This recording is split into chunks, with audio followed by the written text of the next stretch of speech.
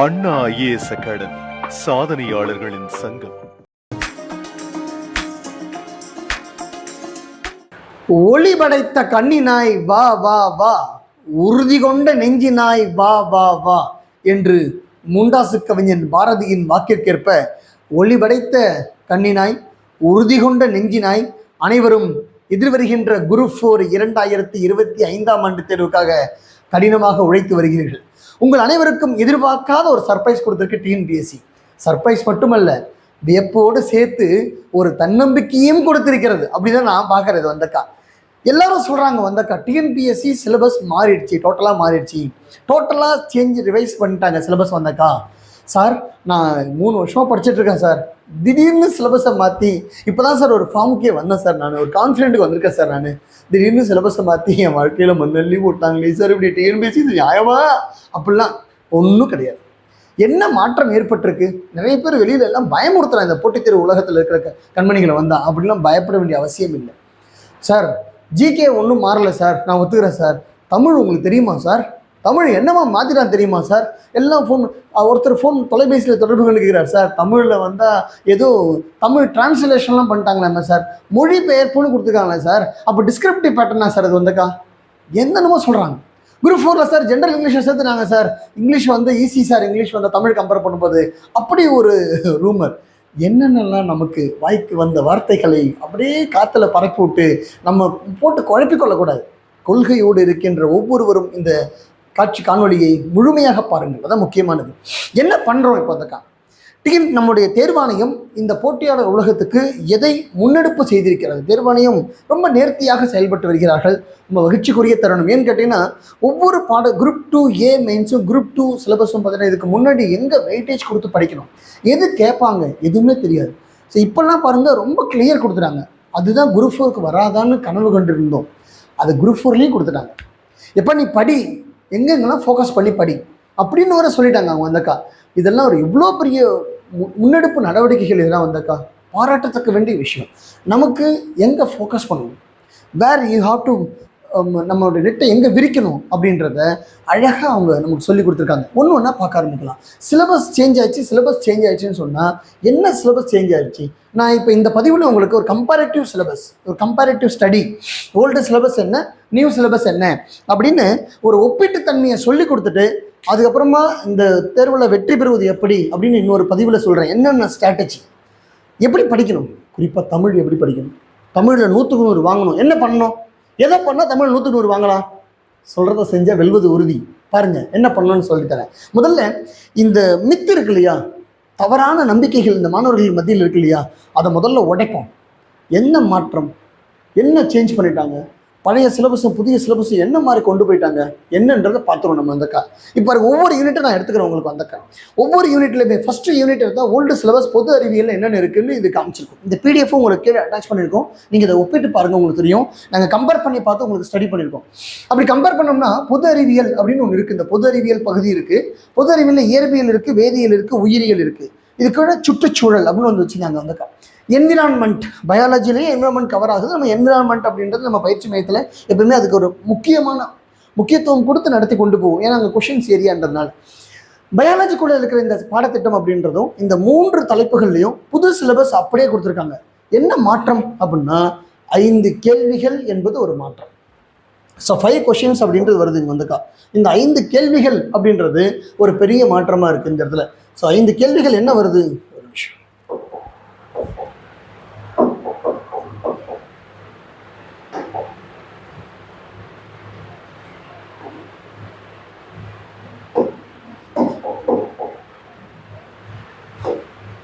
Right, 5 கேள்விகள் என்ன மாதிரி வருது அப்படின்றது தான் இங்கே மாற்றமாக இருக்குது. சரி, இந்த 5 கேள்விகளோடு சேர்த்து வேறு என்ன சேஞ்ச் இருக்குது? இயற்பியலில் நீங்கள் எடுத்து வச்சு பார்த்தீங்கன்னா இங்கே என்ன இயற்பியல், பேரண்டத்தின் இயல்பு, இயற்பியல் அளவுகள், அளவீடுகள், இயக்கவியல், பொது அறிவியல் விதிகள், விசை அழுத்தம், ஆற்றல் அப்படின்னு இருந்துச்சோ அதே தான் இங்கேயும் இருக்குது. எந்த மாற்றமும் இல்லை. அதில் கெமிஸ்ட்ரியில் என்ன தனிமங்கள், சேர்மங்கள், அமிலங்கள், காரங்கள், உப்புக்கள், நமக்கு அந்த காம்பவுண்ட்ஸ், எலிமெண்ட்ஸ் அண்ட் காம்பவுண்ட்ஸ் ஒன்றா சேர்த்து ஆசிட் பேஸ் சால்ட் எப்பயுமே வைக்கக்கூடியது தான். அதே மாதிரி தான் பெட்ரோலிய பொருட்கள், உரங்கள், பூச்சிக்கொல்லிகள், ஃபெர்டிலைசர்ஸ் அப்படின்ற கான்செப்ட் எப்பயும் இம்பார்ட்டன்ட் தான். உலோகவியல் மற்றும் உணவில் கலப்படம், அடல்ட்ரேஷன்ன்றதுல ஏற்கனவே சொன்னது தான். ஏற்கனவே அங்கே இருக்கிற அதே தலைப்பு தான் இங்கேயும் இருக்குது. இங்கே இருக்கிற அதே தலைப்பு தான் இங்கேயும் இருக்குது. பயாலஜியும் அதே மாதிரி தான், அப்படி தான் இருக்குது. என்ன ஒரு புதிய வார்த்தை, ஒரு நியூ வேர்டு மட்டும் என்ன போட்டிருக்காங்கன்னா, அறிவியல் மற்றும் தொழில்நுட்பத்தின் அண்மை கால கண்டுபிடிப்புகள் அப்படின்னு போட்டிருக்காங்க.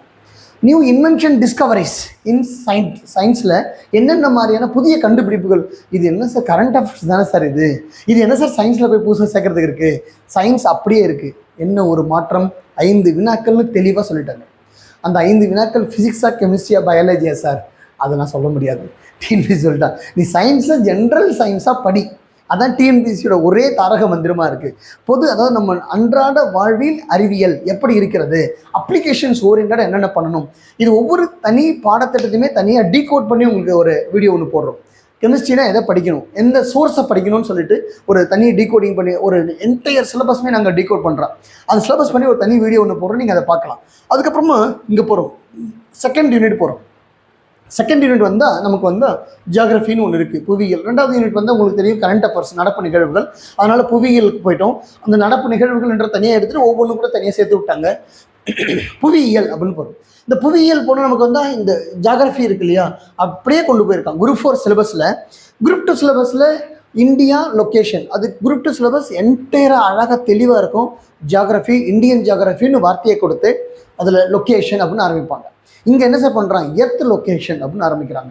புவியினுடைய அமைவிடம் எங்கே இருக்கிறது அப்படின்னு. அப்போ கொஞ்சம் நமக்கு வேறு வழி இல்லை, இந்த பாடத்தை அஸ்ட்ரானமி கொஞ்சம் ரிலேட்டடாக படிச்சுட்டு, ஜியோமார்ஃபாலஜி ரிலேட்டடாக கொஞ்சம் படிச்சுட்டு அதுதான் நம்ம கொண்டு போகணும் அப்படின்றது தெரியுது. ஸோ இந்த புவியியல் அப்படின்றது புதிய பாடத்திட்டம் எதாவது மாற்றுறதா அப்படின்னா, புவியியலில் அடையாளங்கள் அப்படின்னு வார்த்தை மட்டும் செய்திருக்காங்க. ஒவ்வொரு இடத்துலையுமே கரண்ட் அஃபேர்ஸ்ன்னு சேர்ப்பாங்க. அது இயல்பாக இருக்கக்கூடியது தான், வேறு எந்த மாற்றமும் இல்லை. இதுலேயும் 5 கேள்விகள் அப்படின்னு சொல்லிட்டாங்க. ரைட், 3rd யூனிட் போகிறோம். நம்ம ஓல்டு சிலபஸ்க்கும் நியூ சிலபஸ்க்கும் இருக்கிற கம்பேரிட்டிவ் ஸ்டடியில் இந்த இடத்துல பார்த்தா, ஓல்டு சிலபஸில் இந்தியாவினுடைய வரலாறு பண்பாடு தனி யூனிட்டாக கொடுத்தாங்க, இந்திய தேசிய இயக்கம் தனி யூனிட்டாக கொடுத்தாங்க. இப்போ என்ன பண்ணிட்டாங்க நியூ சிலபஸில், அது எதுக்கே 4th யூனிட் 7th யூனிட் ஒரே யூனிட்டாக போடு. 3rd யூனிட் இந்தியாவினுடைய வரலாறு பண்பாடு இந்திய தேசிய இயக்கம் எல்லாம் சேர்த்து 10 கேள்வி சார். ஹிஸ்ட்ரின்னு படி 10 கேள்வி எடுத்துக்கோ, அவ்வளோதான். ஜியாகிரஃபின்னு படி 5 கேள்வி எடுத்துக்கோ, 5 கேள்விக்கு மேலே கிடையாது, தெளிவாக சொல்லிட்டாங்க. அப்போ ஹிஸ்ட்ரியை படித்தேன்னா 10 கேள்வி. எந்த ஹிஸ்ட்ரி, எல்லா டோட்டல் நமக்கு ஏன்ஷியன்ட், மிடிவல், மாடர்ன், எந்த சவுத் இந்தியன் ஹிஸ்ட்ரி அப்படின்னு 4 கூறுகளை பிரித்து மேஞ்சி போனால் நமக்கு 10 கேள்வி கேட்குறேன்னு சொல்லிட்டாங்க சார். ஐயா, இப்போ பழைய சிலபஸ் அப்படி இருக்குது, புதிய சிலபஸில் ஏதாவது மாற்றிருக்கா? எதுவும் சேர்க்கப்படவில்லை, எந்த மாற்றமும் இல்லை. பழைய சிலபஸ் என்ன இருந்ததோ அதை அப்படியே சேர்த்து ஆர்டர் பண்ணி கொடுத்துட்டாங்க நமக்கு. இதில் என்னென்னா ஒரு ஸ்ட்ரீம்லைனிங் நடந்திருக்கு. எது ஃப்ரண்ட்டில் முன்னாள் வரணும், எது அடுத்து வரணும், எது 3வது வரணும் அப்படின்னு ஒரு அழகிய படிநிலைகள் இந்த பாடத்திட்டத்தில் இருக்குது. கண்டிப்பாக அழகாக தொகுத்துருக்காங்க. இது அழகாக கொண்டு போய் நிறுத்தி கடைசி இங்கே ஆரம்பித்து ஹிந்துசம் ஆரம்பித்து இங்கே கொண்டு போய் இந்தியாவுடைய இனங்கள், மொழி, கலாச்சாரம், பண்பாடு இது கொண்டு போய் நிறுத்திருக்காங்க இந்த இடத்துல போயிட்டு. ஸோ அழகாக சிலபஸ் எந்த மாற்றமும் இல்லை. 2 யூனிட்டை ஒரே யூனிட்டை ஆக்கிட்டாங்க, அது ஒன்று தான் மாற்றம். கொஷின் சொல்லிட்டாங்க நமக்கு ஓகே, இது தெளிவாக புரிஞ்சிருச்சு. அடுத்தது போகிறோம் நம்ம அடுத்தது என்ன இருக்குது, இந்திய ஆட்சியல் மிக முக்கியம்னு அவனு சொல்லிட்டான். 15 கேள்வி கேட்க போகிறோன்னு வேறு சொல்லிட்டாங்க. 15 கொஷின்ஸ் முதல்லலாம் எல்லார்ட்டையும் நான் சொல்லிகிட்டே இருப்பேன், குறைந்தபட்சம் 12 கேள்வி, அதிகபட்சம் 17 கேள்வி அப்படின்னு பாலிட்டியில் வந்துகிட்டே இருக்குன்னு சொல்லுவேன். இப்போ என்ன சொல்லிட்டாங்கன்னா, நீ என்ன சொல்கிறது 12 17ன்னு, நான் சொல்கிறேன் 15 கொஷின் தெளிவாக கேட்குறேன், நீ ஒழுங்காக படி அப்படின்னு சொல்லிட்டான். அப்போது new syllabus and old syllabus இந்த 2த்துக்கும் என்ன மாற்றம் இருக்குது, கம்பேரிட்டிவ் ஸ்டடி பண்ணி பார்த்தோம்னாக்கா பழசு எப்படி இருக்குது, புதுசு எப்படி இருக்குது, இந்த 2த்தையும் நம்ம ஒப்பீடு தன்மை செஞ்சு பார்த்தோம்னா என்ன மாற்றம் இருக்குன்னா, அவன் சொல்கிறான் தமிழ்நாடு மற்றும் இந்தியாவின் அரசியல் கட்சிகளும் ஆட்சியல் முறைகளும், அவ்வளோதான் சார். என்னென்னலாம் ஸ்டேட் பார்ட்டிஸ் இருக்குது, என்னென்னலாம் நேஷ்னல் பார்ட்டிஸ் இருக்குது, அவங்களுடைய ஆட்சியல் முறைகள் என்ன, அது ரிலேட்டடாக இருக்கிற கரண்ட் ஈவெண்ட்ஸ் என்ன, இதுதான் புதுசாக அதில் சேர்க்கப்படுகின்ற வார்த்தைகள். வேறு எந்த மாற்றமும் இல்லை. அப்படி ஏதாவது விட்டுருக்காங்களா அதையும் நாங்கள் பார்க்குறோம் சார். சேர்க்கப்பட்டது இருக்குது சார், எதையாவது எடுத்திருக்காங்களா, அப்படி ஒன்றும் எடுக்கலை, இருந்தது அப்படியே இருக்குது. இதுக்கு முன்னாடி வரைக்குமே பார்த்தா அத்தனையுமே உங்களுக்கு சொல்லிக் கொடுக்குறது அதுதான். அப்போ பாலிட்டியில் கம்ப்ளீட் அப்படியே இருக்குது, முழுவதுமாக அமைந்துள்ளதுன்றதை தெரிஞ்சுக்கலாம். அடுத்தது நம்ம இந்தியன் எக்கனாமி. இப்போ இந்திய பொருளாதாரமும் டெவலப்மெண்ட் அட்மினிஸ்ட்ரேஷன் தமிழ்நாடு அப்படின்றதும் தமிழகத்தினுடைய ஆட்சி நிர்வாகம் அப்படின்றதையுமே ஒன்றா சேர்த்துறாங்க. இது 6th யூனிட்டாகவும் இது 9th யூனிட்டாகவும் இருந்துச்சு. எல்லாருமே யூனிட் 9 படிச்சுட்டு நம்ம வந்தக்கா. அதில் குரூப் 2க்கு வந்தால் ஒரு 10 தலைப்பும், குரூப் 4க்கு வந்தால் ஒரு 3 தலைப்புகள் மட்டும் கொடுக்கப்பட்டிருந்தது. இப்போ என்ன பண்ணிட்டாங்கன்னா, இந்த இரண்டையும் சேர்த்து ஒரே அழகாக வச்சு அழகு 5 அப்படின்னு கொடுத்து 20 கேள்விகள் சொல்லிட்டாங்க சார். ஐயா, இப்போ இந்தியன் எக்கானமி, இந்திய பொருளாதாரம் அப்படின்றது இந்திய பொருளாதாரத்தோட தொடர்புடைய தமிழகத்தினுடைய வளர்ச்சி நிர்வாகமும் சேர்த்து 20 கொஷின்ஸ். எவ்வளோ இம்பார்ட்டன்ஸ் பாருங்களேன், எவ்வளோ முக்கியத்துவம் கொடுக்குறாங்க பாருங்கள். அப்போ இந்த அடிப்படையில் நம்ம இதை கொண்டு போகணும் அப்படின்றது வெரி மச் இம்பார்ட்டன்ட். கண்டிப்பாக இந்த இடத்துல ஃபோக்கஸ் பண்ணணும். பாலிட்டி ஃபோக்கஸ் பண்ணணும், இந்தியன் எக்கானமி ஃபோக்கஸ் பண்ணணும், ரொம்ப இம்பார்ட்டன்ட். ஐயா, இது ரெண்டுலேயும் ஏதாவது புதுசாக செய்திருக்காங்களா அப்படின்னா, குரூப் 2ல இருக்கிற ஒரு வார்த்தையை மட்டும் கொண்டு சேர்த்துருக்காங்க, நலன்சார் அரசு திட்டங்கள். ரொம்ப ரொம்ப முக்கியமானது. தமிழ்நாடு ஸ்கீம்ஸ் என்னென்ன இருக்குது நமக்கு வந்தால், பொதுவாக வெல்ஃபேர் ஸ்கீம்ஸ் அப்படின்னு சொல்கிறோம் இல்லையா, கவர்மெண்ட் வெல்ஃபேர் மெஷர்ஸ், இந்த சொசைட்டி டெவலப்மெண்ட்காக நம்மளுடைய கவர்மெண்ட் என்னென்ன நலன்சார் திட்டங்களை கொண்டு வந்திருக்காங்கன்னு சொல்கிறோம்ல, அத்தனை பகுதியும் இங்கே இருக்குது. இதோட சேர்த்து கரண்ட் அஃபேர்ஸ் இருக்குது. அப்போது இந்த வார்த்தை மட்டும்தான் புதுசாக சேர்க்கப்பட்டிருக்கு, வேறு எதுவும் இல்லை. எதையாவது தூக்கிட்டாங்களா ஐயா? எதுவுமே தூக்கலைங்க ஐயா, எல்லாம் அப்படியே இருக்குங்க ஐயா. அதான் இந்த யூனிட் 5ல் நம்ம பார்க்க வேண்டியது. இருந்தாக்கா அடுத்துதான் யூனிட் 6ல் பார்த்தா உங்களுக்கு பழைய சிலபஸ் உங்களுக்கு தெரியும்.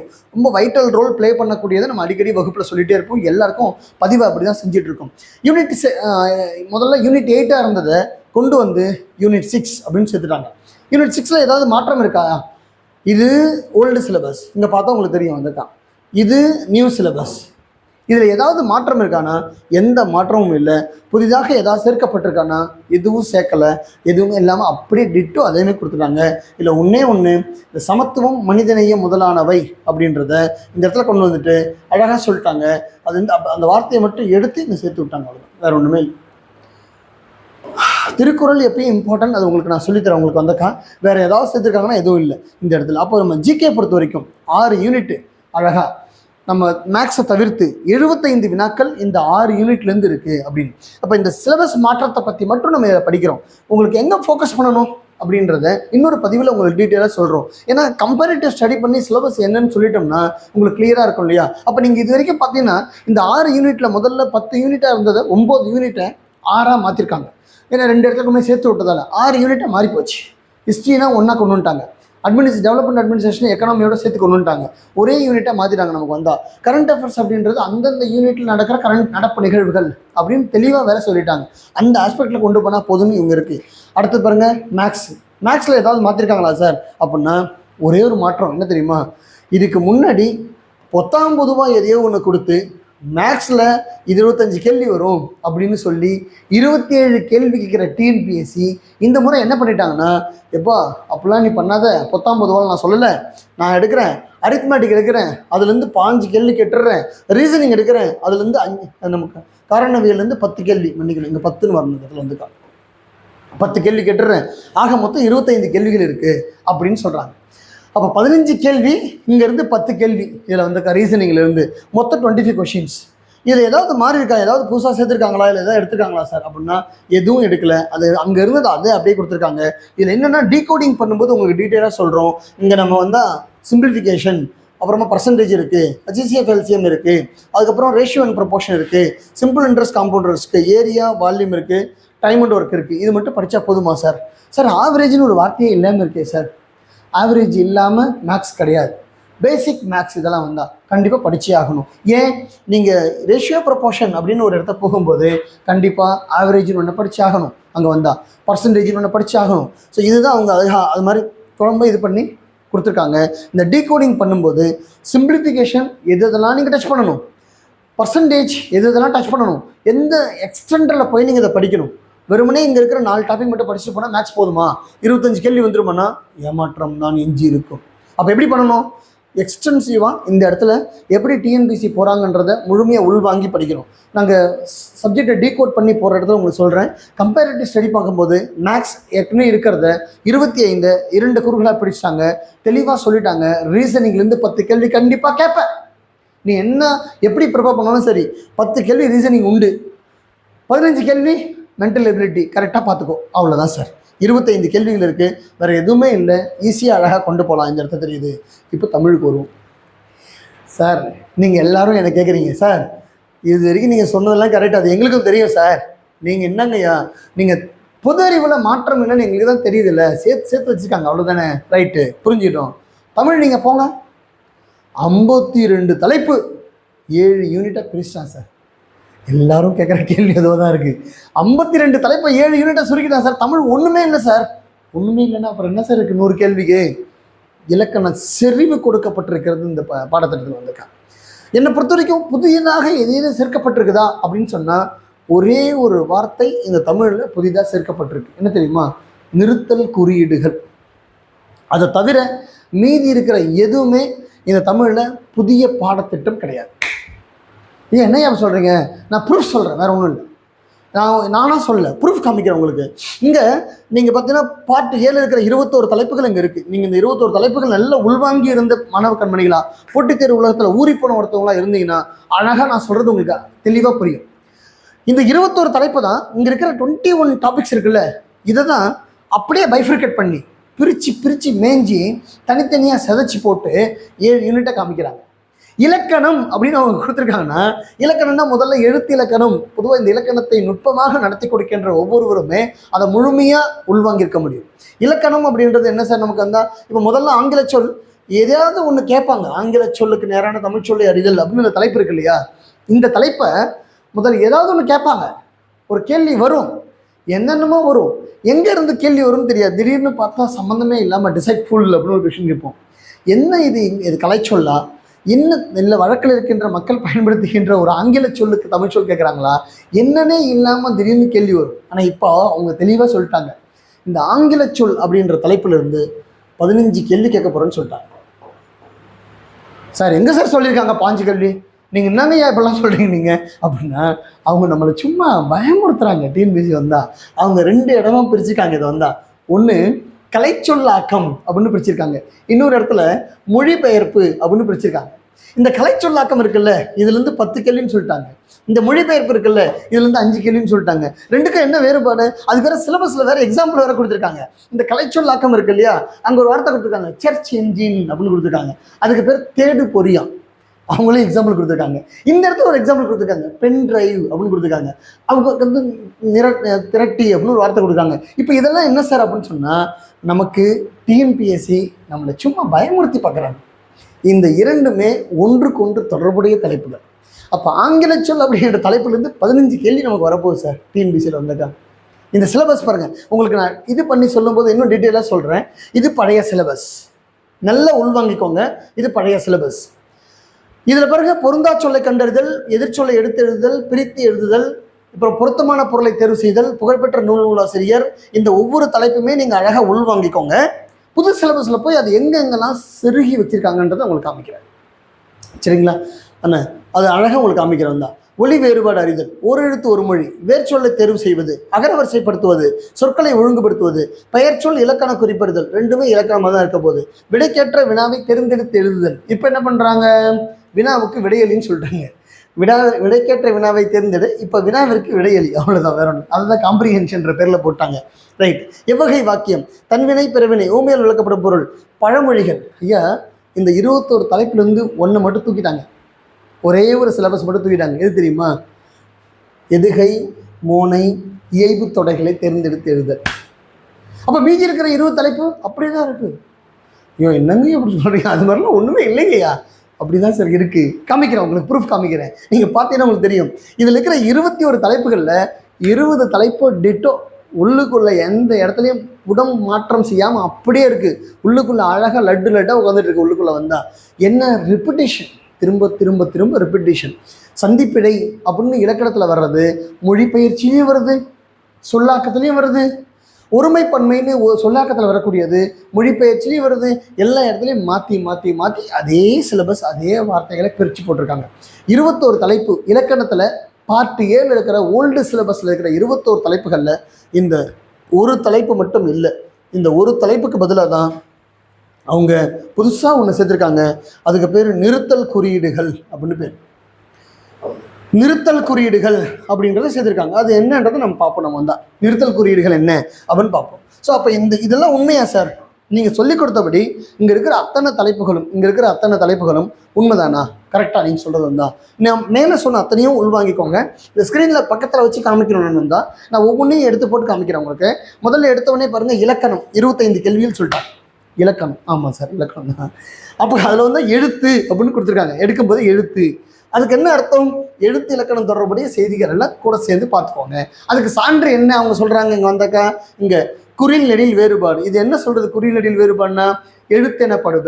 எழுத்துனா என்ன சார்? முதல் சார்பென நிர்வகித்து. முதல்லாம் எது? உயிரும் உடம்பும். எது உயிர்? குறில் நெடில். அந்த கூறுகளை தான் அங்கே கொடுத்துருக்காங்க. ரெண்டாவது பாருங்களேன், இது உங்களுக்கு தெரியும், லகர லகர நகர நகர நகர நகர வேறுபாடு. இது அத்தனையுமே இங்கே ஒரே சிலபஸ். என்னது? ஒலி வேறுபாடு அப்படின்னு ஒரே சிலபஸ். ஒலி வேறுபாடு அறிந்து சரியான பொருளை அறிதல் எங்கே இருக்குது? இங்கே வந்தால் ஓல்டு சிலபஸ் பாருங்கள், பார்க்கலாம். இந்த இடத்துல பார்க்கும்போது 8வது யூனிட் தான். இந்த இடத்துல இத்தனை யூனிட்டாக பிரித்து கொடுத்துருக்காங்க. பிரித்து எழுதுதல், சேர்த்து எழுதுதல். முதல்ல பிரித்து எழுதுக மட்டும் இருக்கும், இப்போ சேர்த்து எழுதுக அப்படின்றத சேர்த்துருக்காங்க. முதல்ல பிரித்து எழுதுக இருந்தாலும் சேர்த்து எழுதுக கேட்காமல இருந்தாங்க, கேட்டுக்கிட்டு தான் இருந்தாங்க. நீங்கள் படிக்காமல் இருந்தீங்க, படிச்சுக்கிட்டு தான் இருந்தீங்க. அப்போ எதாவது பிரித்து எழுது, எம்பா கூட படிச்சுட்டு இருக்கீங்க, எம்பா நீங்கள் கஷ்டப்படுறீங்க, கேள்வியும் கேட்குறப்பான்னு அவங்க ஒத்துக்கிட்டாங்க. அப்போ பிரித்து எழுதுக சேர்த்து எழுதுக அப்படின்ற தலைப்பு இந்த இடத்துல புணர்ச்சி இலக்கணமாக இருக்கக்கூடிய பிரித்து எழுதுகளில் 3வது தலைப்பு பார்க்கும்போது உங்களுக்கு அழகாக இருக்குது பாருங்கள். ஓல்டு சிலபஸ் தான் அப்படியே கொடுத்துருக்காங்க, வேறு ஒன்றும் இல்லை. அதே தான் நீங்கள் படிக்கணும். எந்த மாற்றமும் இல்லைன்னு சொல்லிட்டு போறியா அப்படின்னா, சந்திப்பிழை, பிழை நீக்கி எழுதுதல். ஆல்ரெடி இங்கே டிஎன்பிசியில் படிக்கிற அத்தனை பேருக்கும் தெரியும் சந்திப்பிழை இருக்குன்னு. குறிநெடில் வேறுபாடுன்றது எழுத்து இலக்கணம் தொடர்புடைய செய்தி. இணை எழுத்துக்கள், எழுத்து இலக்கணம் பற்றி சொல்லும்போது இணை எழுத்துக்கள், எழுத்தை பற்றி சொல்லும்போது வல்லினம் மெல்லினம் இது ரெண்டும் ஒன்றுக்கு ஒன்று எப்படி இணை எழுத்துக்களாக இருக்கிறது. சுட்டு எழுத்துக்கள், வினா எழுத்துக்கள். இது மட்டும் இல்லை, இது கூட இன்னும் கொஞ்சம் சேர்ந்து படிக்கணும். எழுத்துக்கள் இதில் வந்தால் உடம்படு மெய் எழுத்துக்கள், சார்பு எழுத்துக்கள் அப்படிலாம் சேர்ந்து இங்கே படிக்கணும். அது படிக்காமல் மட்டும் எக்ஸாம் போகக்கூடாது, சரிங்களா? வீட்டிலேருந்து ப்ரிப்பேர் பண்ணுறவங்க இதுக்கு டீகோட் பண்ணி போகும்போது அதையும் கூட சேர்ந்து தெரிஞ்சுக்கோங்க. நான் டீகோட் பண்ணி உங்களுக்கு சிலபஸ் சொல்கிறேன், அழகாக நீங்கள் புரிஞ்சுக்கலாம். ஒருமைப்பன்மை அறிதல், இது பாருங்கள். இந்த ஒருமைப்பன்மை அப்படின்றதும் சந்திப்பிழை என்பதும் இந்த இடத்துல இருக்கக்கூடிய ஒட்டுமொத்த பாடத்திட்டங்கள் தான். இங்கே இருக்கிற எல்லாமும் ஒருமைப்பன்மை சந்திப்பிழை அப்படின்றது ஒட்டுமொத்த பாடத்திட்டம். சந்திப்பிழை இங்கே இருக்குது, ஒருமைப்பன்மை இங்கே இருக்குது, இந்த பிழை நீக்குதெல்லாம் அடுத்தடுத்து வருது. அப்போ என்ன சார் புதுசாக எதாவது சேர்த்துறீங்களா சார்? இப்போ பாருங்கள், பார்ட் ஏல இந்த 25 கேள்விகள் சொல்கிறோம் இல்லையா? 25 கேள்விகளில் இந்த இடத்துல இது வரைக்கும் ஒருமைப்பன்மை வரைக்கும் எதையாவது புதுசாக இருக்கா, இல்லை ஏதாவது பழசுலேருந்து தூக்கிட்டாங்களா? ஒன்றுமே இல்லை. எழுத்து இலக்கணம் படிக்கும்போது சார்பு எழுத்துக்கள்லாம் என்ன, சார்பு எழுத்தோட வகைகள் என்ன, சார்பு எழுத்துக்கள் தொடர்புடைய எழுத்து இலக்கண செய்திகளாக இருக்கக்கூடிய சுட்டெழுத்துக்கள் என அழைக்கப்படுவது எது, வினா எழுத்துக்கள்லாம் என்ன, வினா அப்படின்றது எத்தனை வகையாக வினாக்கள் அமைந்திருக்கிறது, சுட்டு எத்தனை வகைப்படும் நமக்கு வந்தால், எதை இணை எழுத்துக்கள்னு சொல்கிறாங்க, சந்தியகரமாக விளங்கக்கூடிய எழுத்துக்கள் எது, உடம்படு மெய் எழுத்துக்கள் எனக்கூடியது எது, எல்லாம் எழுத்து இலக்கணத்தை பற்றி தொடர்புடைய செய்திகள் அப்படின்றதான் டீகோடிங். ஓகே, இதை சொல்கிறாங்க. அடுத்து சொல் அப்படின்னு ஆரம்பிக்கிறாங்க. சொல் இலக்கணம்னு நேரடியாக சொல்லாமல் சொல், அந்த சொல்லில் என்னெல்லாம் வரும் சார் நமக்கு அப்படின்னு கொடுத்துருக்காங்க. எப்படி நம்மளை இது பண்ணுறாங்க பார்க்கலாம். சொல்லுன்னு தலைப்பு கொடுக்குறாங்க. வேர்ச்சொல்லை தேர்வு செய்தல், இது படிச்சிருப்பீங்க, உங்களுக்கே தெரியும். மேலே 10வது தலைப்பில் தான் இருக்குன்னு. வேர்ச்சொல்லை தேர்வு செய்தல் அப்படின்னு இருக்குது. வேர்ச்சொல்லிலிருந்து வினைமுற்று வினையச்சு வினையாளர் உருவாக்குதல் அப்படின்னு இருக்குது. சார் இந்த வினைமுற்று வினையாளர் இந்த குறும்புக்காரன் சார் இந்த டிஎன்பிசி வந்தக்கா ஐயா சொல்லிலக்கணம்னு சொல்லிட்டு நீங்களுமே சொல்ல பற்றி பெயர்ச்சொல், வினைச்சொல், இடைச்சொல், உரிச்சொல்லாம் சொல்லாமல் நீங்கள் வந்து இப்படி கொண்டு போகிறீங்களே சார்னா அவன் அப்படி தான் நம்மள்கிட்ட விளையாடுறான். நம்ம வினைச்சொல் அப்படின்ற ஒன்று இல்லாமல் இது எப்படி வினைமுற்று படிக்க முடியும், எப்படி வினையச்சம் படிக்க முடியும்? அப்போது சொல்லிலக்கணம் அப்படின்றத படித்து இந்த வேர்ச்சொல்லாம் என்ன, ஒரு சொல் அதோட வேர்ச்சொல் எது, அந்த வேர்ச்சொல்லுக்கு இருந்து எப்படி பெயரச்சம், வினையச்சம், தொழில் பெயர், வினைமுற்று, வினையால் அணையம் பெயர், வியங்கோல் வினைமுற்று ஆகியவற்றை எப்படி உருவாக்குதல் படிக்க தான் முடியும். மேலே இருக்கே சார் 10வது தலைப்பு 11வது தலைப்பு ஓல்டு சிலபஸில் இது 10வது தலைப்பு, இது 11வது தலைப்பு, கண்டிப்பாக படிச்சு தான் ஆகணும். அடுத்து சொல்கிறான் சார் வகை அறிதல் அப்படின்ற இடத்துல அயற்சொற்கள் அப்படின்னு சொல்கிறாங்க. அயற்சொல்னா என்ன, அயற்சொல்னா என்ன, பிறமொழி சொல். அந்த அயற்சொல்லுக்கு நேரான தமிழ்ச்சொல் எது, எதிர்ச்சொல் என்ன இருக்குது அண்ணு, வினைச்சொல் இங்கே தெளிவாக சொல்லிட்டாங்க. முதல்ல பெயர்ச்சொல் வகையறுதல் தனியாக இருந்தது, இப்போ அதை விட்டுட்டு வினைச்சொல் தெளிவாக சொல்லிட்டாங்க. எழுத்துப்பிழை, ஒற்றுப்பிழை. அப்படின்னா எழுத்துப்பிழை அறிதல், ஒற்றுப்பிழை அறிதல்னா என்ன? ஒற்றுப்பிழை என்றது சந்திப்பிழை, வேற என்ன? எழுத்துப்பிழை என்றது வழுவச் சொற்கள், ஒரு இடத்துல சந்தனம் சந்தனம் அப்படின்றது 2 சுழினாவா 3 சுழினாவா? ஐயா சந்தானம் தெரியும் ஐயா எனக்கு, அது என்ன ஐயா சந்தனம் அப்படின்னா? இது மாதிரி எழுத்துப்பிழையாக வரக்கூடியது என்னது? வழுவுச் சொற்கள் என்று பெயர், வேற ஒன்றும் இல்லை. அப்போ வழுவுச் சொல்லு, இந்த ஒற்றுப்பிழை அறிதல் அனைத்துமே இம்பார்ட்டன்ட். 2 வினைச்சொற்களின் வேறுபாடு அறிதல். அவன் சொல்றாங்க தழையா வெப்பம் தழைக்கவும். தழைனா என்ன பொருள் அப்படின்னா, 2 சொல் இருக்குது, அந்த 2லே எது பெயர் எது வினை? ஒரே வினைச்சொல் 2 பொருள் கொடுக்கிறதா? இதெல்லாம் திரும்ப திரும்ப இந்த தலைப்பை வேறு வேறு வகையில் மாற்றி மாற்றி மாற்றி கேள்வி கேட்டே வரா சார். பாருங்க, இந்த சொல்லிலக்கணம் அப்படின்றதுலையும் சொல்லுலையுமே ஏதாவது புதுசாக இருக்கா அப்படின்னா ஒன்றுமே இல்லை. அனைத்துமே எழுத்திலக்கணம் சொல்லிலக்கணம் சேர்ந்த மாதிரி 25 வினாக்கள் இருக்க போகுது நமக்கு.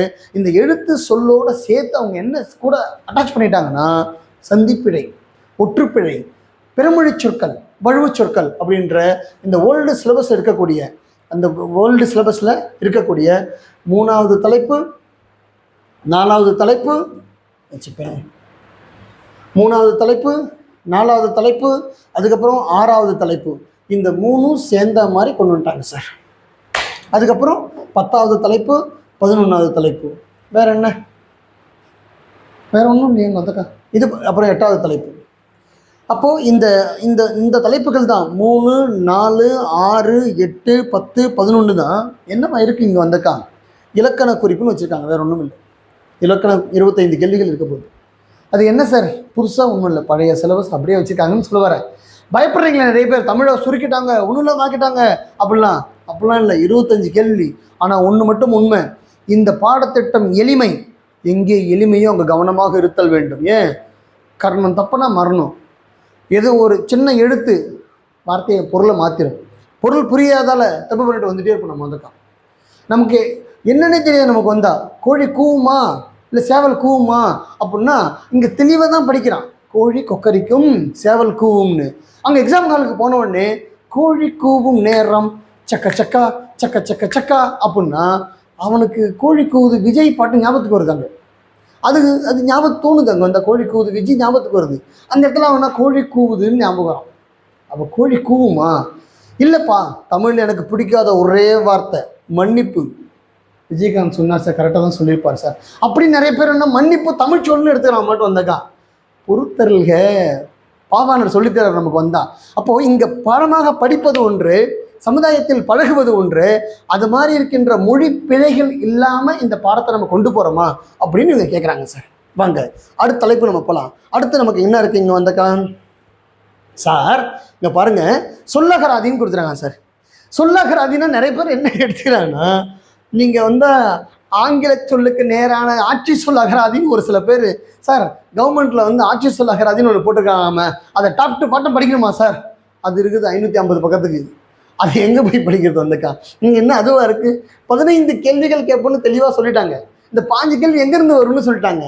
எதிர்ச்சொல்லை எடுத்து எழுதுதல் ஏற்கனவே இருக்குது, உங்கள் அத்தனை பேருக்கும் தெரியும். 4வது தலைப்பு அதுதான். ஓர் எழுத்து ஒரு மொழி ஆல்ரெடி இருக்குது, உங்களுக்கு 9வது தலைப்பு அதுதான். ஒரு பொருள் தரும் பல சொற்கள்.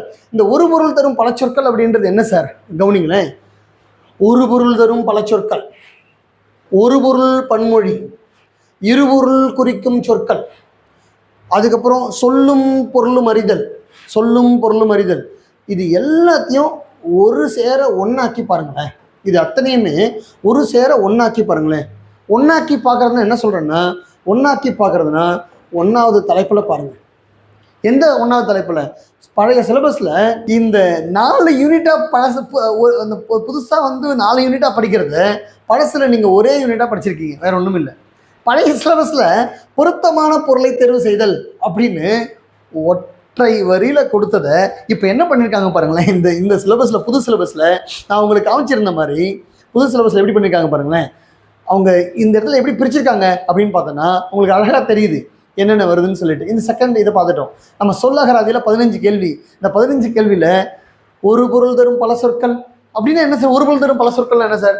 காட்டை குறிக்கும் தமிழ்ச்சொல், கப்பலை குறிக்கும் தமிழ்ச்சொல், மரத்தை குறிக்கும் தமிழ்ச்சொல், உணவை குறிக்கும் தமிழ்ச்சொல். படிக்கிறீங்கள? அதுதான் ஒரு பொருள் தரும் பல சொற்கள். அது எங்கே படிக்கிறீங்க? பொருத்தமான பொருளை தேர்வு செய்து தான் படிச்சிருப்பீங்க. அவங்க பிரித்து கொடுக்குறாங்க சார், வேற ஒன்றும் இல்லை சார். கப்பலை குறிக்கும் தமிழ்ச்சொல் எது, கடலை குறிக்கும் தமிழ்ச்சொல் எது? ஐயா நம்ம இதெல்லாம் தனித்தனியாக படிக்கலாம் ஐயா அப்படின்னு அவங்க குறிச்சிருக்காங்க.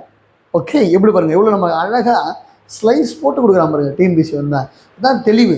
அடுத்து பாருங்களேன், ஒரு பொருள் பன்மொழி இலக்கணமாகவும் பார்ப்போம். நம்ம வந்தக்கா ஒரு பொருள் பன்மொழி இலக்கணமாகவும் பார்ப்போம். இங்கே வந்தால் ஒரு பொருளை குறிக்கின்ற பல சொற்கள் அப்படின்னு பார்க்க போகிறோம். இருபொருள் குறிக்கும் சொற்கள், ஒரே சொல் ரெண்டு பொருளை குறிக்குது. அது என்னென்ன குறிக்குது? சொல்லும் பொருளும் அறிதல், அந்த பொருத்தமான பொருள் தான் சொல்லும் பொருளும் அறிதல். அறிஞ்சொரு பொருள்ன்றதை சொல்லும் பொருளும் அறிதல். இந்த நாலுமே என்னை பொறுத்தவரை இந்த நாலுமே ஒரு சேர ஒன்றின் கீழ் ஒற்றை வரியில் அடக்கக்கூடிய பாடத்திட்டம். அதுதான் ஃபர்ஸ்ட் சிலபஸ். 1வது சிலபஸ் பழைய சிலபஸ் தான் 4ஆக பிரித்து கொடுத்துருக்காங்க. வேற ஒன்றுமே இல்லை. எதிர்ச்சொல்லை எடுத்தெழுதல், இது தவிர்த்து வேற என்ன, பொருந்தா சொல்லை கண்டறிதல் பழைய சிலபஸ் அப்படியே இருக்குது. 5வது பழைய யூனிட்டில் 5வது தலைப்பு இதுதான் இருக்குது வந்தக்கா. இது உங்களுக்கு தெரியும் 4ஆக இருக்குது, இது உங்களுக்கு தெரியும் 9வதாக இருக்குது, இது உங்களுக்கு தெரியும் 5ஆக இருக்குது. இது வந்தக்கா அகரவரிசைப்படுத்துதல் 12வது தலைப்பாக இருக்குது. என்ன சார் புதுசாக வச்சுட்டாங்க, நீங்களே சொல்லுங்களேன். என்ன புதுசாக சேர்த்துட்டாங்க வந்தக்கா? பயங்கரமாக பண்ணிட்டாங்க, இது பண்ணிட்டாங்க. என்ன தெரியுமா ஒரே ஒரு அட்வான்ஸு, முதல்ல அகரவரிசை 1 கேட்பாங்க, 2 கேட்பாங்க, கேட்காம கூட இருப்பாங்க, ஒரு எழுத்து ஒரு மொழி கேட்பாங்க, கேட்காம கூட இருப்பாங்க. இப்போ தெளிவாக சொல்லிட்டோம், நான் இத்தனை கேள்வி கேட்க போகிறேன், தயாராக இரு. அவ்வளோதான் சார். சந்தோஷம், நமக்கு தானே மகிழ்ச்சி. அது வந்தாக்கா அழகாக படிச்சு போகலாம் நம்ம. அப்போ இதெல்லாம் என்ன பண்ணலாம், எதிர்ச்சொல் நம்பி படிக்கலாம், ஒரு எழுத்து ஒரு மொழி கண்டிப்பாக வரும்னு படிச்சுட்டு போகலாம். அத்தனையுமே தமிழ் பழக பழக தான் வரும், பழக பழக தான் வரும். கண்டிப்பாக வந்தால் நீங்கள் தமிழோடு பயிற்சியும் பழக்கமும் இல்லைன்னா உங்களை ஏமாத்துறோம். இந்த தேர்வில் வெற்றியை வகுக்கக்கூடிய ஒரு பாடத்திட்டம்னா தமிழ். உங்களுக்கு அந்த டீகோட் பண்ணி என்ன இம்பார்ட்டன்ஸ்ன்றதை சொல்லி கொடுக்கும்போது உங்களுக்கு தெரியும். முதல்ல சிலபஸ் என்ன இருக்குன்னு பார்த்துடலாம். அப்போ இதில் பார்த்தா இதில் விடுபட்டது என்ன இருக்குது அப்படின்னா பேச்சு வழக்கு, எழுத்து வழக்கு. இது என்ன இந்த பேச்சு வழக்கு, எழுத்து வழக்கு? ஒரு சொல்லுக்கு இணையான வேறு சொல் அறிதல், ஒரு சொல்லுக்கு இணையாக இருக்கிற வேறு சொல் அறிவது, கோடிட்ட இடத்தில் சரியான சொல்லை தேர்ந்தெடுத்து எழுதுதல். அதாவது இது வந்து எங்கே பயிலுதல், பயிலுதல்னா என்ன, எழுதுதல்னா என்ன, வரைதல்னா என்ன, வனைதல்னா என்ன, தீட்டுதல்னா என்ன, எதை தீட்டணும், எதை வனையணும், எதை வரையணும், எதை பயிலணும், எல்லாம் இங்கே சொல்லித்தராங்க. இது என்ன சார்? இது ஒன்றும் இல்லை, மரபு, வினை மரபுன்னு ஒன்று படிப்போம். அந்த மரபு தான் இது மாதிரி வச்சுருக்காங்க. அது மாதிரி சொற்கள் இங்கே வருது. இது வந்தால் நமக்கு இந்த இடத்துல பொருத்தமான பொருளை தேர்வு செய்தல், இதுவும் அதே மாதிரி தான். ஊர் பெயர்கள் மருவு எழுதுக, மருவு பெயர் அப்படின்னு நம்ம ஒன்று படிச்சு போனோம். அதுக்கா இந்த தகுதி தேர்வு இருக்குல்ல, அதில் இருக்கிற சிலபஸ்லாம் ஒட்டுமொத்த கொண்டு வந்து வச்சுருக்காங்க.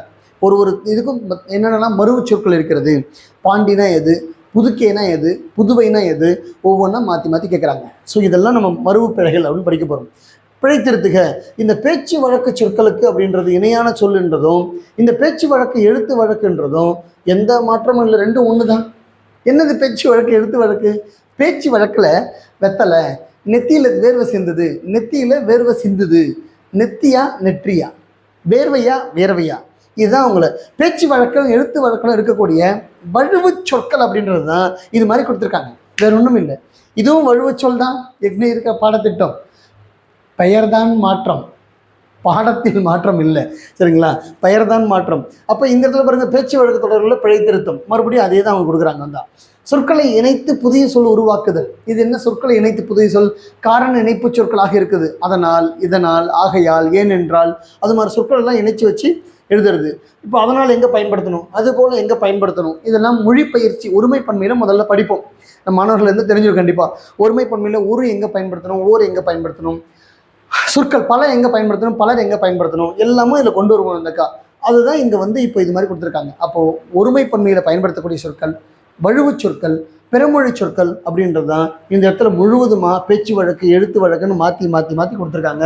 இந்த பிழை திருத்தம் அப்படின்றது ஒரே மாதிரி தான் மொழி பயிற்சியில் வரக்கூடிய பிழை திருத்தம். அது ஒருமை பன்மையாக இருக்கலாம், வழுவு சொற்களாக இருக்கலாம், பிறமொழி சொற்கள் நீங்கிய தொடரை தருவதாக இருக்கலாம்.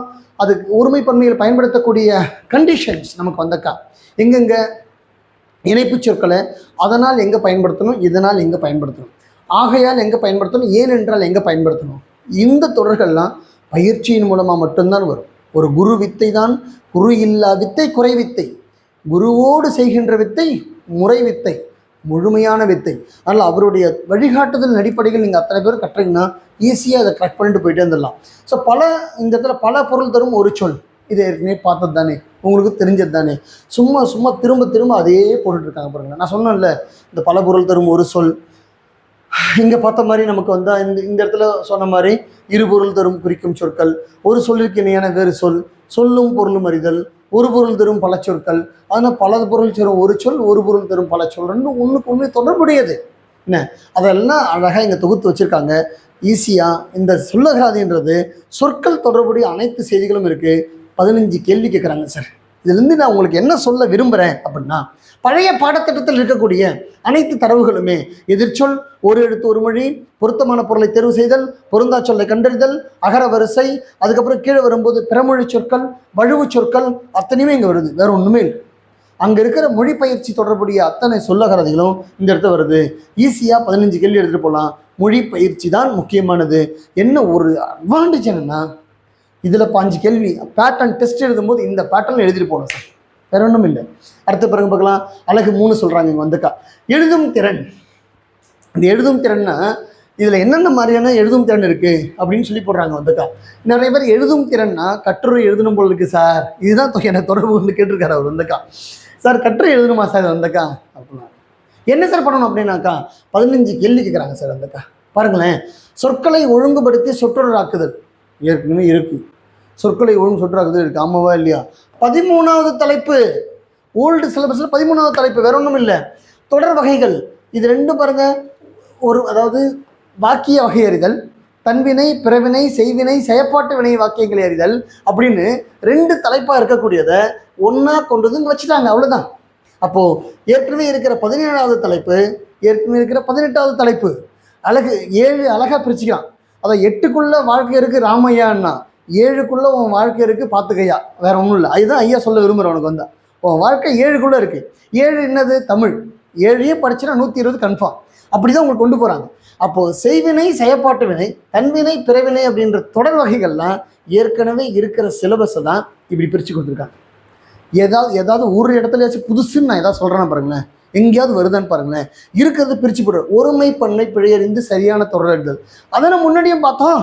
சொல்லகிறது என்ன பார்த்தோம்? ஒருமை பன்மை தானே பார்த்துருந்தோம் இந்த இடத்துல வந்தாக்கா. அதை நீங்கள் இலக்கணத்துலேயும் சொல்லி கொடுத்துருந்தாங்க ஒருமை பன்மைன்னு சொல்லிட்டு. அந்த ஒருமை பன்மை தானே இங்கேயும் போடுறாங்க இல்லையா? ஒருமைப்பன்மை அறிதல் அப்படின்ற தலைப்பு தான் இங்கேயும் ஒருமைப்பன்மை அறிதல் போடுறாங்க. திரும்ப திரும்ப ரிப்பீட்டேஷன் இருக்குது. புதிய சிலபஸ்லேயே புதிய அவங்க பாடத்திட்டத்தில் ஒரு கரெக்டாக வரையறுத்து கொண்டு போகிறவங்க எழுதும் திறன்லையும் வச்சுருக்காங்க, இங்கேயும் வச்சுருக்காங்க. மரபு தமிழ் அப்படின்னு வச்சுருக்காங்க. ஏற்கனவே உங்களுக்கு சொல்லி கொடுத்துருந்தோம் மரபு இலக்கியம் அப்படின்னு சொல்லிட்டு. வினை மரபு, எதை வரையணும், எதை வணையணும், எதை முடையணும் அப்படின்னு எல்லாத்தையும் சொல்லி வச்சுக்கணும். தீட்டுதல்னா என்ன, வரைதல்னா என்ன, வணைதல்னா என்ன, முடைதல்னா என்னன்னு எல்லாம் சொல்லி கொடுத்தோம் இல்லையா? அதுதான் இங்கே. அங்கே வினை மரபை மட்டும் பார்த்தவங்க திணை மரபு, உயர்திணை எது, அக்ரிணி எது, பால் மரபு, ஆண்பால் எது, பெண்பால் எது, இடமரபு, இடவழுவு பற்றி சொல்கிறது, திணை வழுவு பற்றி சொல்கிறது, மரபுகள் மரபு பெயர்கள் பற்றி ஃபுல்லாக இந்த திணை பால் இந்த பால் இதெல்லாம் ஒன்றா இருக்கக்கூடியது, ஒன்றுமே கிடையாது. ரொம்ப சிம்பிள். வழுநிலை வழாநிலைன்னு ஒன்று படிப்போம் நம்ம தான், அதை மரபு கீழே கொண்டு வந்து வச்சுருக்காங்க. ரொம்ப எளிமையான பாடத்திட்டம். இதுலேருந்து 15 கேள்வி கேட்க போகிறாங்க சார் நமக்கு வந்தக்கா. இதுதான் நமக்கு முக்கியமான இலக்கணம்னு சொல்கிறது இதுதான். இதை மெயினாக நிறுத்திட்டு அதுக்கு சப்டாபிக் கொடுக்கும்போது பாருங்களேன், கூட நம்மளை பயமுறத்துக்காக சேர்த்துக்கிறாங்க. இது ஒன்றுமே இல்லை, ரொம்ப சிம்பிள். ஒரு 10 நிமிஷத்தில் தெரிஞ்சுக்கூடிய பாடத்திட்டம். இது கூட பாருங்கள், இளமை பெயர்னா இது, ஒளி மரபுனா இது, வினை மரபுகள் என்ன இருக்குது, தொகை மரபுகள் என்ன இருக்குது, அத்தனையும் இருக்குது. நான் சொன்னேன் பார்த்தீங்களா, டிஎன்பிஎஸ்சி புதுசாக 52 தலைப்பில் புதுசாக ஒரு தலைப்பை சேர்த்துருக்கான்னு சொல்லிட்டு, அது இது மட்டும்தான் சார். தமிழில் வேறு எதையும் புதுசு கிடையாது. இது ஒரே ஒரு தலைப்பு மட்டும் தான் புதுசாக சேர்த்துருக்காங்க. அந்த தெளிவு உங்களுக்கு ஏற்பட்டால் போதும், அந்த நம்பிக்கையை வரணுன்றதுக்காக தான் இவ்வளவு தூரம் அழுத்தம் திருத்தமாக வலியுறுத்தி சொல்லிட்டு வரேன் நான் வந்தால். அப்போது நான் இந்த இடத்துல இந்த நிறுத்தல் குறியீடுகள் அப்படின்றத பற்றி டீகோடிங் பண்ணும்போது எங்கே படிக்கணும், எங்கே டபுள் கொட்டேஷன் போடணும், எங்கே முற்றுப்புள்ளி வைக்கணும், எங்கே கால் புள்ளி இடணும், எங்கே அரைப்புள்ளி இடணும், ஏற்கனவே வியப்புக்குறியும் ஆச்சரியக்குறியும் வினாக்குறியும் அறிந்திருக்கிற உங்களுக்கு கூடுதல் தகவல் வேற ஒன்றும் இல்லை. இதையும் நான் புதுசுன்னு சொல்ல மாட்டேன். ஏன்னா வினா வாக்கியம் வேப்பு வாக்கியம் நீங்கள்லாம் படித்தது தானே. அந்த நிறுத்தல் குறியீடுகள் கூட சேர்த்துட்டாங்க இவங்க. அந்த கால் புள்ளினு அரைப்புள்ளினு முக்கால் புள்ளினு எங்கே வைக்கணும்னு. ரைட். இது ஏற்கனவே நம்ம மாணவர்கள் எல்லாம் இலக்கண மொழித்திறன் பயிற்சி இலக்கண புத்தகத்தில் தொகுத்து வேற கொடுத்துருக்கோம். நம் பயிற்சியில் பயில்கின்ற அனைத்து மாணவர்களுமே இது முழுமையாக பார்த்துருப்பாங்க. அவங்களுக்கு இது புதுசாகவும் இருக்காது கண்டிப்பாக வந்தால். அடுத்த யூனிட் போகிறோம், கலைச்சொற்கள் அப்படின்னு.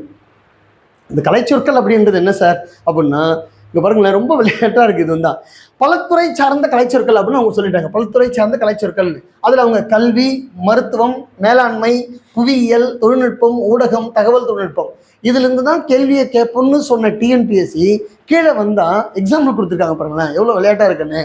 சர்ச் என்ஜின், தேடுபொறி அப்படின்னா, வலசை போதல், மைக்ரேஷன். இது என்ன சார் சர்ச் என்ஜின்? 6வது புக்கில் இருக்குது. அதை அப்படியே தூக்கி ஒவ்வாமை, அலர்ஜி 7வது புக்கில் இருக்குது. மரபணு, சீன், கடல் மைல், நாட்டிக்கல் மைல் அப்படின்னு ஒவ்வொரு புக்கில் இருக்கக்கூடிய வார்த்தைகளை தொகுத்து தான் இங்கே கொடுத்துருக்காங்க. ஆனால் என்ன சொல்லியிருக்காங்க, எப்படி நம்மளை ப்ரிப்பேர் பண்ணணும்னு சொல்கிறாங்க. அவங்க எக்ஸாம்பிளுக்காக இதை கொடுத்துருந்தாலும் என்னென்ன கலைச்சொற்களை நீ படிக்கணும். ஏன்னா கலைச்சொற்கள் என்பது பல்வேறு துறைகள் சார்ந்ததாக இருக்குது. சார் அழகியல் சார்ந்த கலைச்சொற்களை நான் படிக்கணுமா ஐயா அப்படின்னா அவங்க சொல்லிட்டு அழகியல் சார்ந்து படிக்காத நீ வந்தா. இங்கே நான் என்ன கலைச்சொற்கள் கொடுத்துருக்கணும், இந்த கலைச்சொற்களை படிச்சுக்கோங்க. பாருங்களேன் என்ன சொல்கிறாங்கன்னா, இந்த கலைச்சொற்கள் அப்படின்றது என்ன நேரடியாக நீங்கள் சொல்லுங்க பார்க்கலாம். ஒவ்வொருத்தரும் படிச்சிருக்கீங்க. சர்ச் என்ஜின் படிச்சிருக்கீங்க, நாட்டிக்கல் மைல் படிச்சிருக்கீங்க, கிரீன் ப்ரூஃப் படிச்சிருக்கீங்க. எல்லாம் நீங்கள் என்ன படிப்பீங்க? ஆங்கில சொல்லுக்கு நான் தமிழ் சொல் படிப்பீங்க. அது அப்படியே இங்கே வாங்க பார்க்கலாம். இங்கே வந்தால் இங்கே என்ன இருக்குது பாருங்கள், எளிய மொழிபெயர்ப்புன்னு இருக்குது. இந்த எளிய மொழிபெயர்ப்பில் என்ன கொடுத்துருக்காங்க பாருங்கள், சான்று, பென் டிரைவ். ஆங்கிலம் பிறமொழி சொற்களுக்கு இணையான தமிழ் சொற்கள்னு சொல்லுவங்க சான்று கொடுத்துருக்காங்க. அந்த கம்ப்யூட்டர், அப்போ கீபோர்டு. ஐயா அப்படின்னா இதெல்லாம் என்னங்க ஐயா அப்படின்னா இதுவும் ஆங்கில சொல் நேரான தமிழ் சொல் தான். இங்கே பார்த்தா சர்ச் இன்ஜின் ஆங்கில சொல்லுக்கு நேரான தமிழ் சொல் தான். அப்போ ரெண்டுக்கும் என்ன, அங்கே 5 கேள்வி கேட்குறாங்க, 10 கேள்வி கேட்குறான். ரெண்டும் ஆங்கில சொல்லுக்கு நேரான தமிழ் சொல்லு கற்பனை பண்ணிக்கோங்க. 15 கேள்வி இருக்குது, அவ்வளோதான். ஆங்கில சொல்லுக்கு நேரான தமிழ் சொல்ல 15 கேள்வி இருக்குது. அப்போ இந்த சிலபஸ் பாருங்கள் ரொம்ப எளிமையாக இருக்குது. வாசித்தல், புரிந்து கொள்ளும் திறன். நிறைய பேர் வாசிக்கிறதுனா அங்கே கூட்டு டைரெக்டாக வாசிக்க சொல்லுவாங்களோ. எங்கள் ஸ்கூலில் தமிழ் வாத்தியார் வந்து ப்ராக்டிக்கல் மார்க் 20 போடும்போது கூட்டு வாசிக்க சொல்கிறாரு. அப்படிலாம் இல்லை, அவங்க அழகாக கொடுத்துறாங்க. ஒரு பத்தியிலேருந்து வினா எழுப்புவாங்க. முதல்ல என்ன பண்ணாங்க, ஒரு விடை கொடுத்து வினா எழுப்ப சொன்னாங்க. இப்போ அவங்க என்ன கேட்குறாங்க, வினா எழுப்பி விடை கேட்குறாங்க. வேற ஒன்றும் இல்லை. வ.உ. சிதம்பரனாரை பற்றி முழு கட்டுரை.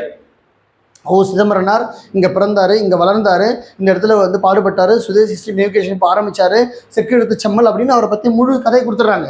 கேள்வி கேட்குறாங்க, வ.உ.சி பிறந்த ஊர் எது? எவ்வளோ ஈஸி பாருங்களேன், எவ்வளோ ஈஸி.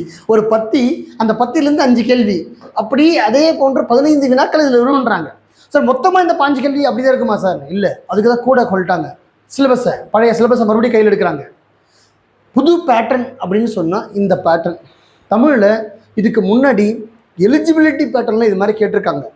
மற்ற தமிழ் தேர்வுகளில் கேட்டிருக்காங்க. ஆனால் குரூப் 4 தேர்வில் இதுதான் முதல் முறை. கண்டிப்பாக மற்ற தமிழ் தேர்வுகளில் கேட்டிருக்காங்க. குரூப் 4 தேர்வில் இதுதான் ஃபஸ்ட் டைம். புரிந்து கொள்ளும் திறன் அப்படின்றது என்ன? ஓமை தொடர் தெரியும், மரபு தொடர் தெரியும், பழமொழிகள் தெரியும். இருக்கிற சிலபஸ் தானே ஐயா. நான் 21 பாடத்திட்டத்தை எடுத்துட்டேன். 21 சிலபஸ் அப்படியே சொல்லிட்டேன். உங்களுக்கு வந்தால் எது விட்டுருக்கு நீங்களே தெரியும். உங்களுக்கு இந்த 5 யூனிட்டை பார்த்துட்டீங்க. 6வது யூனிட் பார்க்கும்போது எளிய மொழிபெயர்ப்பு. இதில் வந்தால் இலக்கியம் தொடர்புடைய செய்திகள் அப்படின்றது 7வது யூனிட்டை பார்ப்போம். இந்த 6 யூனிட் வரைக்குமே 7வது யூனிட் இலக்கியமும் சான்றோர்களும். பிஎன்சியை ஒரே யூனிட்டுக்குள்ளே சுருக்கிட்டான். பார்ட் ஏவை 6 யூனிட்டாக பிரிச்சுட்டான். வேற ஒன்றும் இல்லை. சிலபஸ் அதாவது இந்த இடங்களில் தான் கேள்வி. ஏற்கனவே பல பதிவுகளை நான் வலியுறுத்தியிருக்கேன். பார்ட் ஏல இருக்கிற 21 தலைப்புகள் தான் கேள்வி.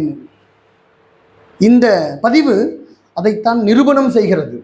டிஎன்பிஎஸ்சியோட இந்த பாடத்திட்டம் அதைத்தான் முழுவதுமாக நிரூபிக்கிறது. உண்மை அண்மைதான். அப்போ அப்படி தான் இது வந்து ப்ரூஃப் பண்ணி கொண்டு போகிறாங்க உங்களுக்கு. ஸோ அதனால் நீங்கள் எத்தனை பேருமே 7 தலைப்புகள் அப்படின்றதுல 6 தலைப்புகள் வரைக்கும் பார்த்ததில் எது புதுசு, ஏதாவது புதுசு சார்? விடைக்கேற்ற வினா அப்படின்றது தான் இங்கே வினா கொடுத்து விடை எழுப்ப சொல்கிறாங்க சார். இது ஒன்று அப்படி தான் எடுத்துக்கிறேன். வந்து பார்க்கும்போது ரொம்ப எளிமை, ஒரு காம்ப்ரிஹென்ஷன் படிப்போம் இல்லையா, அதுதான் இங்கே அப்படி சொல்கிறாங்க. அப்போ ஏற்கனவே இருக்கிறதுல எதை நீக்கியிருக்காங்க? மோனை, எதுகை, எய்பு தொடைகளை தேர்தல் நீக்கியிருக்காங்க. எதை சேர்த்துருக்காங்க? நிறுத்தல் குறியீடுகள் சேர்த்துருக்காங்க. 6 யூனிட்டு நீங்கள் பாருங்கள், யோசிச்சு பாருங்கள். 6 யூனிட்டில் கடைசியில் வந்தால் 7வது யூனிட்டு உங்களுக்கு வந்தால் பழைய சிலபஸ், ஓல்டு சிலபஸ், இலக்கியத்தில் என்னென்னலாம் இருக்குது அப்படின்னு சொல்லியிருக்கோம்.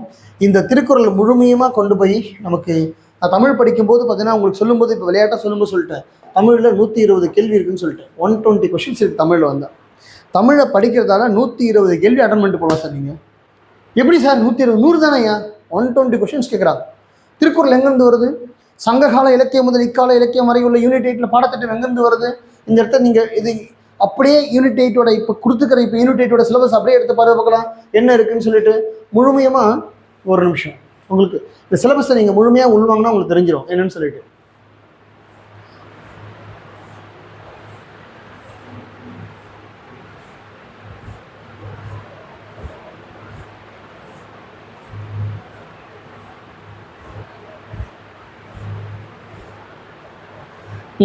இங்கே பார்த்துக்கோங்க பார்க்கலாம். புது பாடத்திட்டம் என்ன இருக்குது? தமிழ் சமுதாய வரலாறு. இப்போ இருக்கிற தமிழ் சமுதாயம் அப்படின்றத பொறுத்து தமிழ் சமுதாய வரலாறு எங்கே படித்தாகணும்? தமிழ் தான் படித்தாகணும், வேற ஒன்றும் இல்லை. தமிழ் சமுதாயம், தமிழ் சொசைட்டி எப்படி இருந்துச்சு அப்படின்றதும், எப்படி மக்களாட்சி முறை அப்படி இருந்து வந்தது, திருப்பி மன்னர்களாக எப்படி உருவெடுத்தாங்க, திருப்பி நம்ம டெமோக்ரஸியில் வந்து நிற்கிறோம் எப்படின்ற ஹிஸ்ட்ரி நம்ம படிக்கிறோம். தொல்லியல் தொடர்பான செய்திகள், ஆமாம் நம் முன்னோர்கள் எப்படி வாழ்ந்தாங்க அப்படின்ற தொல்லியல் தொடர்பான செய்திகள். அதில் சங்ககாலம் முதல் இக்கால வரை உள்ள தமிழ் இலக்கியம் அப்படின்னு கொடுத்துறாங்க. இந்த சங்ககாலம் முதல் இக்காலம் வரையுள்ள தமிழ் இலக்கியம்னா என்ன? நூலாசிரியர் கேட்பான்னு அர்த்தம் சார். வேற என்ன? அந்த புகழ்பெற்ற நூலாசிரியர் சொல்லவே இல்லையே, நீங்கள் தொடவே இல்லையே அப்படின்னா அங்கே பாயிண்ட் இருக்கு. புகழ்பெற்ற நூலாசிரியரை படிக்கணும். அடைமொழியால் குறிக்கப்பெறும் நூல்கள் சான்றோர்கள்ன்றதை படிக்கணும். அதை தான் இங்கே சொல்கிறாங்க. அப்போது இந்த சங்ககாலம் முதல் இக்காலம் வரை உள்ள தமிழ் இலக்கியம், திருக்குறள், மதச்சார்பு தனித்தன்மையுள்ள இலக்கியம், அன்றாட வாழ்விலோடு திருக்குறள் அப்படின்றது தெளிவாக சொல்லிட்டாங்க அந்த இடத்துல வந்துக்கா. ஸோ பழைய சிலபஸில் புதிய சிலபஸில் ஏதாவது மாற்றம் இருக்கான்னா எந்த மாற்றமும் இல்லை. இது மாதிரி இருக்கக்கூடிய இந்த பாடத்திட்டம் அப்படின்றத சுருக்கி நமக்கு இங்கே வரும்போது, புதிய சிலபஸில் வரும்போது தெளிவாக 20 அதிகாரம்னு தெளிவாக தமிழ்லேயே சொல்லிட்டாங்க. அதுதான் இங்கே ரெஃப்ளெக்ட் ஆக போகுது. கூடுதலாக கொஞ்சம் இதுக்கு இந்த பாடத்துக்கு தகுந்த மாதிரி கூடுதல் திருக்குறள்கள் என்னென்ன இருக்குது, தத்துவ கோட்பாடுகள் எங்கெங்கே சொல்லப்படுது, மனிதநேய கோட்பாடுகள் என்ன சொல்லப்படுது அங்கே வந்திருக்கா, அன்றாட வாழ்வில் திருக்குறளோட தாக்கம் எப்படி இருக்கிறது என்ற ஒரு புது செய்தியை எடுத்துக்கிட்டு திருக்குறளை தினம் தினம் படிக்கணும். உங்களுக்காக திருக்குறள் தினம் தினம் நாங்கள் பதிவிட போகிறோம். நான் வந்திருக்கா அந்த திருக்குறள் தினம் பதிவிடுகின்ற அந்த செய்தியை நீங்கள் முழுமையாக உள்வாங்கினாலே போதுமானது, ஈஸியாக படிச்சுட்டு போகலாம். நான் எதுக்காக இந்த இடத்துல சொல்ல வந்தேன்னா, இந்த புது சிலபஸில் உங்களுக்கு இந்த புது சிலபஸில் இருக்கிற இந்த இடத்துல வந்திருக்கா இந்த இடத்துல சொல்லும்போது உங்களுக்கு இலக்கிய வரலாறு, அறநூல்கள், கம்பராமாயணம், புறநானூறு, சிலப்பதிகாரம்னு முழு இலக்கிய வரலாற்றையும் சொல்லிக் கொடுத்த இவங்க இந்த இலக்கிய வரலாற்று பகுதியை ரொம்ப நுணுக்கமாக நீங்கள் தமிழில் படித்ததை புது அறிவில் யூனிட் 8ல் படித்தாகணும். அங்கே கண்டிப்பாக படிக்கணும். அதனால் வேண்டியது அதை தூக்கிட்டாங்க. இங்கே வரும்போது பாரதிதாசன் ஆரம்பிக்கிறான். பாரதியாரை விட்டாங்க. பாரதியாரை விடுபட்டு இருந்தாலும் கண்டிப்பாக பாரதியாரை படித்தே ஆக வேண்டும். பாரதியார், பாரதிதாசன், நாமக்கல் கவிஞர், கவிமணி இவங்க இல்லாமல் வினாக்கள் கிடையாது. கண்டிப்பாக அவங்க 3-4 பேரும் ஒரு சேர வச்சு தான் கொஷின்ஸே நமக்கு வரும். கண்டிப்பாக படிக்கணும். அது வந்துக்கா சார் சிலபஸில் இல்லையே சார், இதை தெரியாமல் விட்டுருக்கலாம். பாருங்க, இந்த தமிழின் தொன்மை இங்கே வந்தால் இங்கே அண்டர்லைன் பண்ணிக்கிற இந்த வார்த்தைகள் எல்லாம் அப்படியே வருது. மீதி எல்லாம் அவங்க விட்டுருக்காங்கன்னா இதெல்லாம் என்ன சார் விட்டுருணுமா சார் அப்படின்னா கண்டிப்பாக கிடையாது. சிறுகதைகள், தலைப்பு ஆசிரியர்கள் அப்படின்னா அப்போ சங்ககாலம் முதல் இக்காலம் எனக்கு யூனிட் 8 என்ன படிக்கணும்? கண்டிப்பாக இதை படித்து தான் ஆகணும். என்ன டெப்த்தாக பார்க்க தேவையில்லை, டீப்பாக பார்க்க வேணாம், மேலோட்டமாக நுணுக்கமாக பார்த்துட்டு போனால் போதுமானது. கலைகள் அப்படின்னு இருக்கே சார் இங்கே வந்துக்கா. அப்போ தமிழ் சமுதாய வரலாற்றினுடைய தொன்மை, பண்பாடு, எச்சங்கள்லாம் எப்படி படிக்கணும்? இதை படித்து தான் அவங்க கண்டிப்பாக வந்தா. என்ன வேண்டாம்? இதெல்லாம் வேண்டாம்.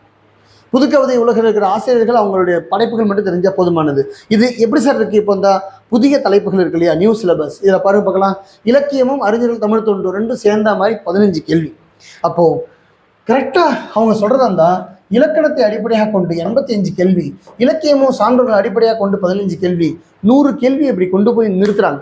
இதோடு சேர்ந்து தமிழ் இலக்கியன்றதை யூனிட் 8ல் வேற படிக்க போகிறீங்க, அங்கேயும் சேர்த்து நிறுத்துறாங்க. அப்போது இலக்கியம் அப்படின்ற செய்திகள் எல்லாம் இதுங்க உள்வாங்கி பார்த்தீங்கன்னாக்கா இது மட்டும்தான் கொடுக்கப்பட்டிருக்கு. இது 6லிருந்து 10ஆம் வகுப்பு வரை இருக்கின்ற பாடத்திட்டத்தை அடிப்படையாக கொண்டதாக இருக்கும் அப்படின்னு நிறுத்துறாங்க. சரிங்களா? அப்போ இந்த பகுதியை பிஎன்சி அதை ரெண்டுத்தையும் ஒன்றா சேர்த்து சுருக்கி இங்கே கொடுத்துருக்காங்க சார். அப்போ 100 கேள்வி தமிழில் அழகாக வரக்கூடிய இடம் எது அப்படின்னு தெளிவாக உங்களுக்கு விளக்கியிருக்காங்க. நான் பாடத்திட்டத்தை டீகோட் பண்ணும்போது இன்னொரு பதிவிலே தமிழில் 100க்கு 100 எடுப்பதற்கான வழியை கூறு அப்படின்னு நீங்கள் கேட்பது எனக்கு புரிகிறது. அதனால் தமிழில் 100க்கு 100 வழியை நான் கூறுகிறேன், நீங்கள் எல்லாம் பின்பற்றினால் போதும். ஒரு டீகோட் பண்ணி சிலபஸ் எவ்வளோ எளிமைப்படுத்தியிருக்காங்க அப்படின்றத நீங்கள் முழுமையாக புரிந்து கொள்ள வேண்டும் அப்படின்றது தான். பழைய பாடத்திட்டத்திலே கரைத்து குடித்திருக்கின்ற மாணவ கண்மணிகள் அச்சம் கொள்ள வேண்டிய அவசியம் இல்லை, பயப்பட வேண்டிய தேவையும் இல்லை. படித்ததை இன்னும் நுணுகி ஆராய்ந்து முழுவதுமாக அசை போட்டு கொண்டே வாருங்கள். அந்த நம்பிக்கைக்காகத்தான் இந்த சிலபஸை உங்கள்கிட்ட நான் இது பண்ணி சொல்லியிருக்கோம். பழையதுக்கும் புதியதுக்கும் உள்ள ஒப்பீட்டுத்தன்மையை கூறியிருக்கோம். இந்த 7th யூனிட் அப்படின்றது தமிழை பொறுத்த வரைக்கும் 15 கேள்வி டிஎன்சியில் இருக்கிற ஒட்டுமொத்த சாறுகளையும் சுருக்கி கொடுக்கப்பட்டதாக இருக்குது. இப்போ கம்பராமாயணம் இதிகாசங்களும் காப்பியங்களும் நான் படிச்சாகிறேமா சார்னா வேண்டாம்னு இங்கே சொல்லுது. ஆனால் கம்பராமாயணத்தை எழுதியவர் யார், விருத்தம் எனும் ஒன்பாவில் உயர்கம்பன் யார், இது மாதிரியான செய்திகளை கண்டிப்பாக படிச்சும் ஆகணும்னு சொல்லுது.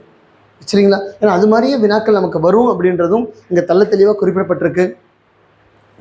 தமிழ் இலக்கியத்தினுடைய ஒட்டுமொத்த சாராம்சமும் நம்ம யூனிட் 8 வேறு படிக்க போகிறோம். கண்டிப்பாக தமிழ் விடுதலை போராட்டத்தில் தமிழகத்தின் பங்கு என்பது எளிய கூறாக இருந்தாலும் மிக முக்கிய கூறாக பங்களிக்கக்கூடியது திருக்குறளும் தமிழ் இலக்கிய வரலாறும். அதை மறந்துடாதீங்க. அதில் இங்கே விட்டதெல்லாம் அங்கே பிடிக்கிறாங்க அந்த இடத்துல. அதுக்காக தான் இங்கே எடுத்திருக்காங்க. ஸோ தமிழில் இவ்வளவு பகுதிகள் கடினமாக படிக்க வேண்டிய அவசியம் இல்லை, சுருக்கி கையில் கொடுத்துறாங்க. இதை மட்டும் படிக்கணும். 7 தலைப்பு, 7க்குள்ள வாழ்க்கை, 7 தான் உன் எதிர்காலம். 7.5 இல்லை, 7 தான் உன் தலையெடுத்து நிர்ணயிக்க போகக்கூடிய ஒன்றா இருக்கும். 7 ஆபத்து, 7 ஆபத்து இல்லை, உனக்கு காப்பாற்றக்கூடியது வந்துக்கா. இந்த 7 அழகுகளும் முழுமையாக உள்வாங்கி மிகச்சரியாக படித்தீங்கன்னு சொன்னால் உங்களுக்கு மிக தெள்ள தெளிவாக புரிய ஆரம்பிக்கும். இதை பற்றியே நான் டீகோடிங் ஒரு வீடியோவில் தமிழில் 100க்கு 100 இருப்பதற்கான வழி என்னன்றதை இன்னொரு பதிவிலே உங்களை சந்திக்கிறேன். போட்டித் தேர்வு ஆர்வலர்கள் அனைவருக்கும் இணைந்திருங்கள். அவ்வப்போது இந்த தமிழ் குறித்தும் மற்ற செய்திகள் குறித்தும் பதிவுகள் காத்துக்கொண்டிருக்கின்றன. தொடர்ச்சியாக இதை ஃபாலோ பண்ணி நல்லா பயன்படுத்திக்கோங்க. எல்லோருக்கும் வாழ்த்துக்கள் கூறி விடைபெறுகிறேன். இது உங்கள் ஐயா. நன்றி.